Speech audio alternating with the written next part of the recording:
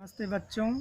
आशा है आप सभी बहुत अच्छे होंगे और डिजी के माध्यम से अपना अध्ययन अच्छी तरह से कर रहे होंगे। बच्चों, आज पुनः मैं एक बार एक छोटे से वीडियो के साथ आपके साथ हूँ। आज हम कक्षा 9वीं संस्कृत सेमुसी भाग 1 में द्वितीय पाठ का अध्ययन करेंगे, जिसका शीर्षक है स्वर्ण का कह। तो बच्चों, आज हम पुनः द्वितीय पाठ का अध्ययन करेंगे। आज के इस वीडियो में द्वितीय पाठ में मैं लेकर आया हूं आपके लिए स्वर्ण का कह अर्थात सोने का कौवा। यह एक विश्व कथा शतकम नामक कथा संग्रह से ली गई कहानी पाठ है। प्रस्तुतो अयम पाठः यह प्रस्तुत पाठ श्रीपद शास्त्रीणाम विरचितम श्रीपद शास्त्री जी के द्वारा लिखित विश्व कथा शतकम नामक कथा संग्रह से ग्रहीतो अस्ति यानी लिया गया है। अत्र यानी यहाँ विविध राष्ट्रेषु यानी विविध राष्ट्रों में व्याप्ता नाम शतम लोक कथा नाम व्याप्त या फैली हुई, शतम यानी सैकड़ों, लोक कथाएँ या लोक कथाओं का वर्णनम यानी वर्णन, विद्यते यानी समाहित है। ऐसा कथा वर्म, ये जिसको बर्मा बोला जाता था पहले, जो वर्तमान में म्यांमार के नाम से जाना जाता है। देशस्य श्रेष्ठा लोक कथा अस्ति यानी कि बर्मा देश की, म्यांमार देश की श्रेष्ठ लोक कथा है स्वर्ण का कह, जिसकी हम चर्चा कर रहे हैं, जिसका हम आज अध्ययन करेंगे। अस्याम कथायाम लोभस्य दुष्परिणामः, अस्याम यानी इस, कथायाम यानी कथा का, लोभस्य यानी लोभ के दुष्परिणामः, लोभ का क्या दुष्परिणाम होता है, इस कथा के माध्यम से आज यहाँ बताया जाएगा। तथा च यानी और, त्यागस्य यानी त्याग का, सुपरिणामः यानी अच्छा परिणाम भी क्या होता है वह भी बताया जाएगा। स्वर्ण पक्ष काक माध्यमेन, यह दोनों ही लोभ और त्याग दोनों के अच्छे और बुरे क्या परिणाम हो सकते हैं, यह एक सोने के पक्षी के माध्यम से यहाँ पर बताया जाएगा, वर्णित किया जाएगा। तो बच्चों आइए प्रथम गद्य की ओर चलते हैं।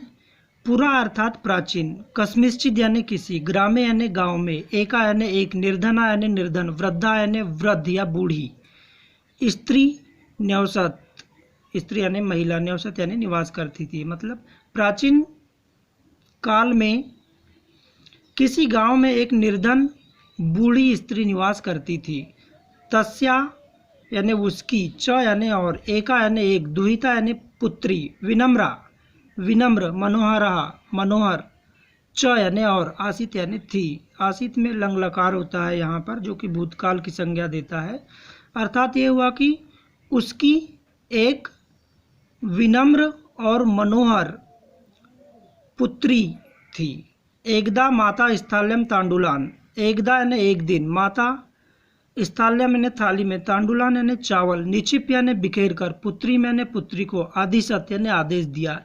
एक दिन माता ने थाली में चावलों को बिखेर कर पुत्री को आदेश दिया। सूर्य तापे यानी सूर्य के तपन में, तांडुलान यानी चावलों को, खगेभ्यो यानी पक्षियों से, रक्षा यानी रक्षा करने के लिए, क्या आदेश दिया कि सूर्य के ताप में चावलों को रख कर पक्षियों से उसकी रक्षा करे।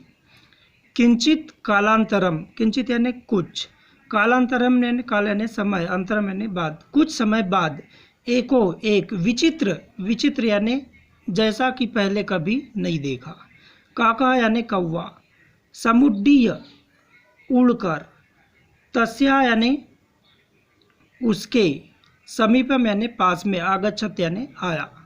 मतलब किसी कुछ समय बीतने के पश्चात एक विचित्र सा कौवा वहाँ उड़कर उसके पास आया। इस प्रकार बच्चों अगले गद्य को देखा जाए तो, नैतादृश स्वर्ण पक्षो, तादृश यानी उसने देखा, स्वर्ण पक्षो स्वर्ण पक्षो अर्थात सोने के पंख, रजत चक्षु यानी चांदी की चोंच, स्वर्ण काकस्तया पूर्वम दृष्टम यानी जिसके सोने के पंख हो और चांदी की चोंच हो, ऐसे सोने के कौवे को उसने देखा जो पहले कभी नहीं देखा था। तम तांडुलान खादंतः हसंतश्च विलोक्य, तब मैंने उसे तांडुलान यानी चावलों को खाते हुए प्रसन्न चित्त विलोक्य यानी देखकर बालिका रोदितम आरुब्धा रोना आरंभ कर दी, यानी उसे प्रसन्न चित्त होकर चावलों को खाता हुआ देखकर बालिका ने रोना प्रारंभ कर दिया। तम निवार्यतिम सा प्रार्थयत, तब मैंने उसे निवार्यति यानी रोकती हुई वह प्रार्थना, सा यानी वह प्रार्थयत प्रार्थना करती है।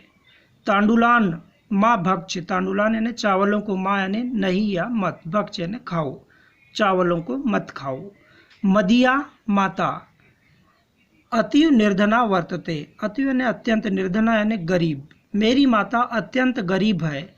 स्वर्ण पक्ष काकः प्रोवाच, स्वर्ण पक्ष यानी वह सोने के पंखों वाला पक्षी जो कौवा था वह बोला, माँ शुचः, माँ शुचः अर्थात शोक मत करो या दुखी मत हो।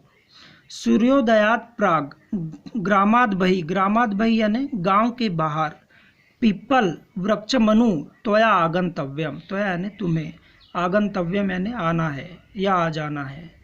सूर्योदय के पूर्व ग्राम के बाहर एक पीपल का वृक्ष है, वहाँ आपको आ जाना है या तुम्हें आना है। अहम तुभ्यम तांडुल मूल्यम दास्यामि, मैं, अहम यानी मैं, तुभ्यम यानी तुम्हें, तांडुल मूल्यम यानी चावलों का मूल्य, दास्यामि यानी दे दूंगा, आप वहाँ आ जाना, मैं आपको चावलों का मूल्य दे दूंगा। प्रहर्षिता बालिका निद्रामपि न लेभे, प्रहर्षिता ने प्रसन्नचित होकर या खुशी के मारे, वह बालिका निद्रामपि न लेभे, निद्रा का लाभ भी नहीं ले पाई। इस प्रकार बच्चों तीसरा गद्य देखिए। सूर्योदयात पूर्वमेव सा, सूर्योदय के पूर्व, सा यानी वह, तत्रोपस्थिता, तत्र यानी वहाँ, उपस्थिता यानी उपस्थित हो गई, सूर्योदय होने के पूर्व ही वह वहाँ उपस्थित हो गई। वृक्षस्य ऊपरी विलोक्य, वृक्ष के ऊपर, विलोक्य यानी देखकर, सा यानी वह, च यानी और आश्चर्यचकिता संजाता, आश्चर्यचकित हो गई। यत तत्र स्वर्णमय प्रसादो वर्तते, प्रसाद यानी महल, स्वर्णमय यानी सोने का, तत्र यानी वहाँ, यह क्या, वहाँ तो सोने का महल है। यदा काकः सयित्वा प्रबुद्धस्तदा तेन,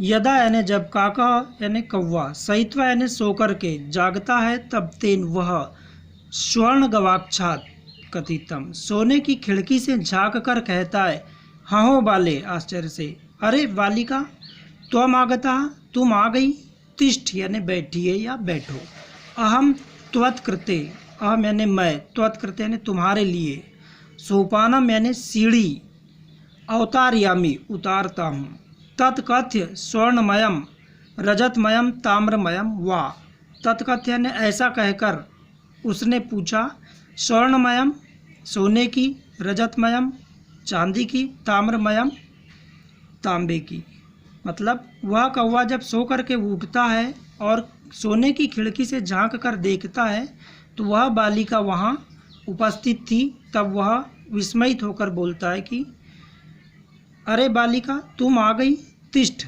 यानी कि बैठो, मैं तुम्हारे लिए सोपान यानी कि सीढ़ी उतारता हूँ।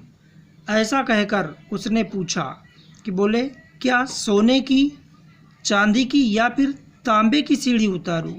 कन्या अवदत्त, बालिका बोली, अहम निर्धनम मातु दुहिता अस्मि, अस्मि यानी हूँ, दुहिता यानी पुत्री, निर्धनम मातु यानी निर्धन माता की, अहम यानी मैं, अवदत्त यानी बोली, वह कन्या बोली कि मैं गरीब माता की पुत्री हूँ। ताम्र सोपाने नैव यानी तांबे की सीढ़ी में ही, आगमिष्यामि आऊँगी, तांबे की सीढ़ी में ही आऊँगी।